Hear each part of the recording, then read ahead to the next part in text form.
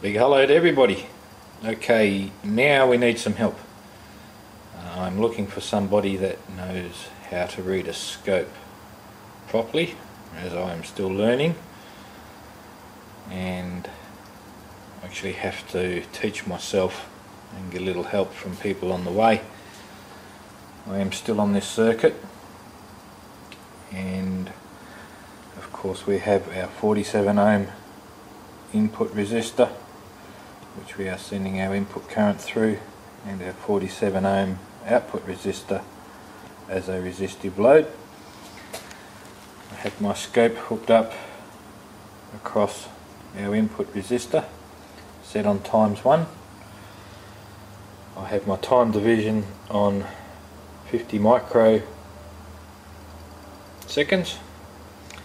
and my volt division is set on 2 volts per divide. So what I'm seeing here is that chute up there is the trigger coil, which is this one, which is also hooked to our run coil, if you would like to call it that. I believe the trigger coil is firing up and creating a negative voltage here, which is giving us this well, it's about a 2.8 volt spike, but a low current across that resistor. I'm then seeing the transistor switch on with the higher amount of current.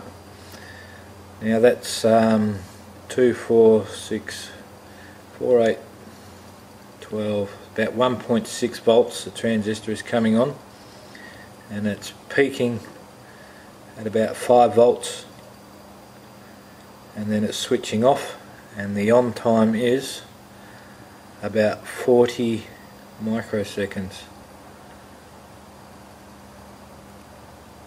So that is on the input side. I'll now put this on the output side. I of course can leave the earth where it is because it is hooked up from one side to the other. Okay, on the output side, even though the voltage is about, the peak is 4.8 volts across that resistor, as you can see the current continues on a downward, there'll be a concave downward slope over a period of about 140 microseconds. So what I'm really after is someone that can work out volts over time over resistance and calculate the total what would you call it, current into the current out, because at the moment even though the voltage is different and lower, we're getting current for a longer period of time, and I think this certainly adds up more than the input did. I will switch it back over to the input so you can have another look. That is the input. Like I said, we are 50 microvolt divisions, 50 microsecond divisions, and 2 volt divisions for our voltage. So that is the input, and once again that is our output. So we need a mathematician that can read a scope and let us know what's going on. Okay, for the next part of this video I've got to build a pulse motor, and I'm going to show you exactly why we've been reading input currents wrong. The battery voltage has absolutely nothing to do with the input current going into a system. We're reading the wrong voltage. Anyway, so that's that part of it. Anyone that can help, certainly let us know. Cheers guys. Okay, well, we're up and running, and this video is purely to demonstrate and show everyone why we shouldn't be taking our battery voltage and our amperage times each other to come up with watts input for a pulse system. I'll run through it quickly. I do have cord in tow with the camera as the battery was flat, but we will do our best. Some of you may understand what I'm going to do, some of you may not. I will do my best to explain it. We have a 24 volt battery bank, which currently is 26.3 volts, they are fully charged. We are drawing 89 milliamps. We will be going to the third decimal point for these tests. That will be accurate enough. The end result is not going to be what our system is actually using. It is just a visual way of showing you why we shouldn't be taking our battery voltage as gospel. Here I have 3 caps, as you can see. Linking each of those caps is a 100 ohm resistor. This one here I've put a clip on so we can disconnect it to get rid of these 2 caps at a later stage in this video. Coming out of the last cap, I'm going through a 33 ohm resistor which I have my scope hooked across, and then the rest is just our plain Jane SSG setup. The first thing is the north-south magnet orientation in the flywheel worked out quite well. I do have this turned down very low, so it's pulling the transistor on very hard. As you can see here, I'm sorry about the flashing, there's nothing I can do about it, but you see here that our pulse is almost vertical on with the transistor. But you'll also see, because I have the resistor to the base turned down fairly low, the on time is nearly as much as the off time. So at the moment this thing's running pretty hungry. Okay, first thing we have to know is, why do I have these resistors here? We never put resistors on a pulse motor setup. Well, you do. The whole thing is a resistor. The coil is a resistor that we never take into account. And the reason we have to take all resistors into account in the system is because when using resistors on a pulse system, the battery voltage does not play a part in it. This one is 4 ohms standing. However, when you pulse the voltage through it, the resistance in that run coil will go extremely high. The harder and faster you pulse it, the higher it will go. So that is our first resistor in the system. The second resistor is the transistor. Now I know you're going to say, no, that's only a switch. But if we look at what a resistor is, it is a device that limits current flow over a given period of time. What does your transistor do? Depending on how hard you turn it on, depends on how much current can flow through that transistor over a given amount of time. Okay, our output side, I just have a cap with a 100 ohm resistor across it as our load. And we have this meter here hooked up to that, so we can get our voltage reading in that cap with that 100 ohm load. This does play a part in what we're about to do as well. Like I said, the end result of this video is not to show you how to measure input and output current, is to show you that the batteries are not what we use to calculate our input current. If we were to do so right now, and we will do this, we'll write it down as we're going. 26.28 is our battery voltage, and our current draw is 89 milliamps.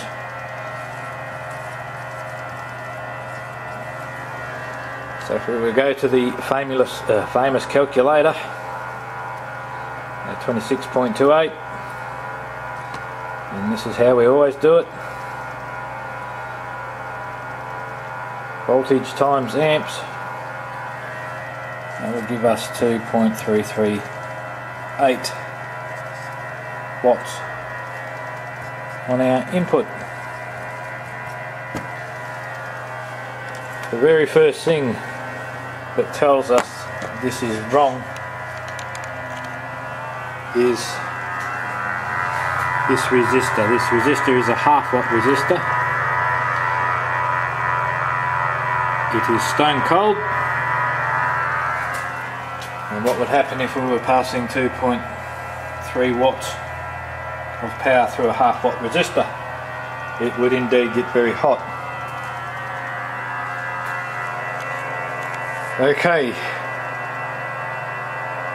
so automatically it tells us this is not right.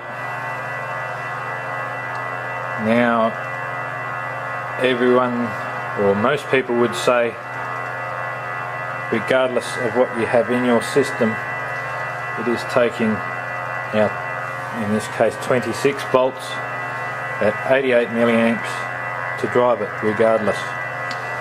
If I took our meter off and put it on the second cap, we now have 17.69 volts, and of course that cap there is feeding our system. If I take it off and put it on the third cap, we're down to 9.09 volts, and it is that cap that is feeding our system. This is still not right, but I'm just using it as an example. So let's say our system is only using 9.9 volts at 88.9 milliamps, or the 89 milliamps as we discussed. And I'm writing this down for my reference, and so you can follow what I'm doing. 0.089 milliamps. And that would give us a wattage of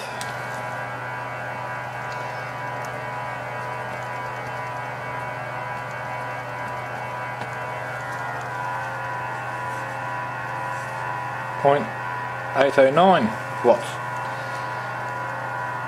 which is less than we started off with already.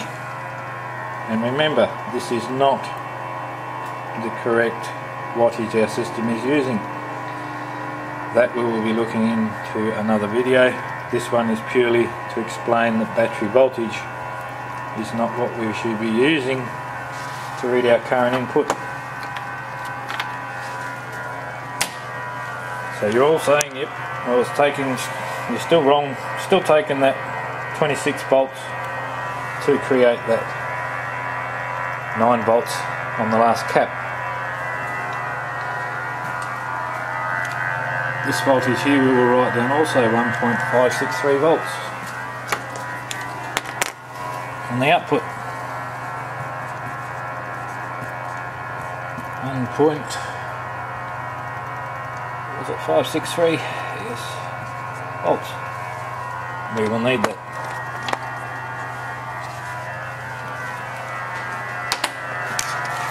So now I'm going to stop the system. We're going to get rid of these two batteries altogether.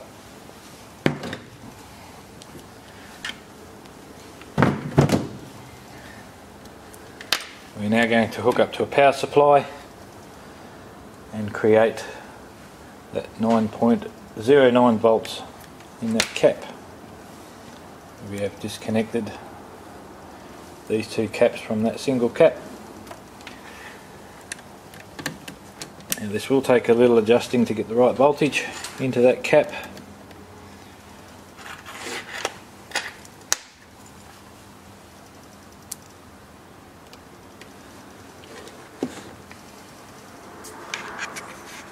Okay, and of course we will need our voltmeter hooked up there as well, so we can get it as close as possible. Alright, so we start her up again.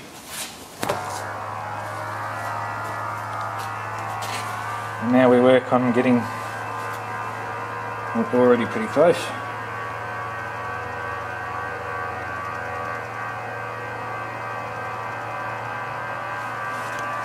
We'll turn him up just a little bit.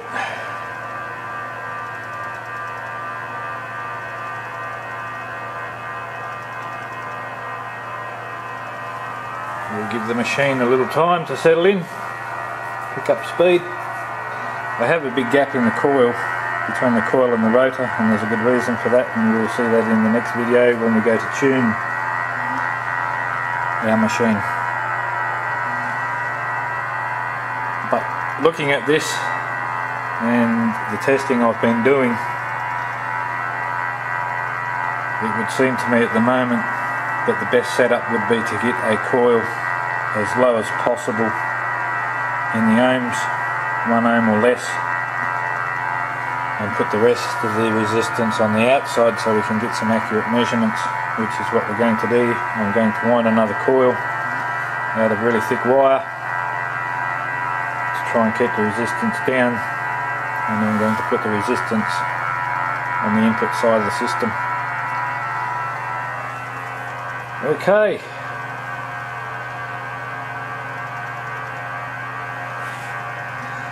Yeah, pretty close.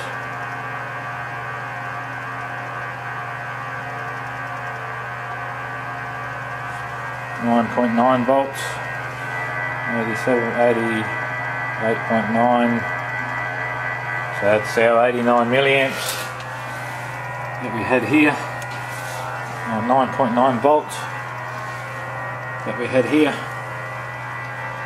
and you can see we've dropped the voltage down from 26.28 to 9.90 volts, and our amp input has not changed.